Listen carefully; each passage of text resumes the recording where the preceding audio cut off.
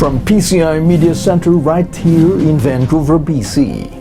Welcome back to the new PCI Daily Live News Roundup brought to you by Philippine-Canadian Inquirer, the only Filipino-Canadian newspaper distributed across Canada.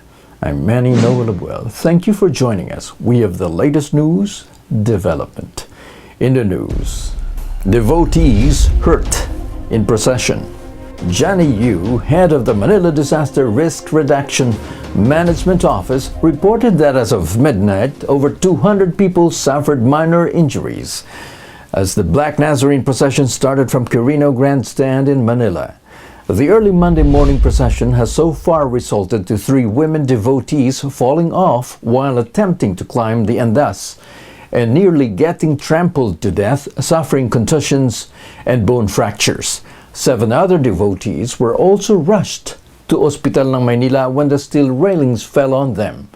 The MDRR-MO chief said, quote, "So far, we have no untoward incident. We have about 200 injuries, but almost all are only minor."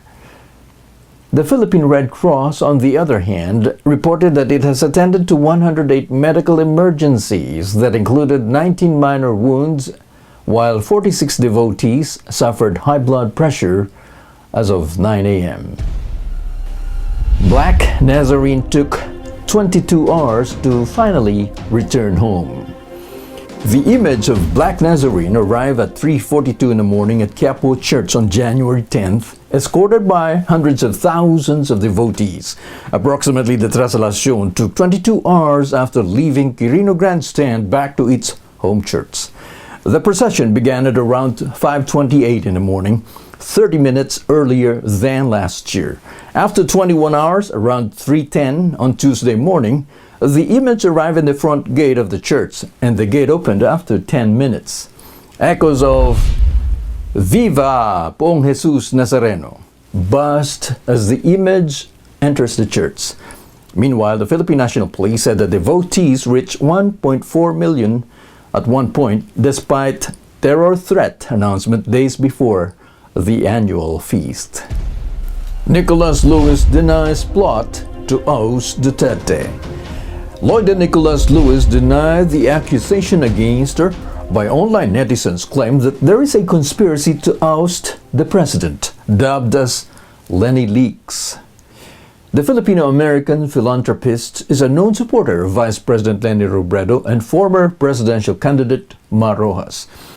In her Facebook account, she wrote, quote, "First, no plot to oust Duterte. Resign Duterte movement is based on President Duterte's own words that he would resign if drugs are still rampant 6 months after his inauguration.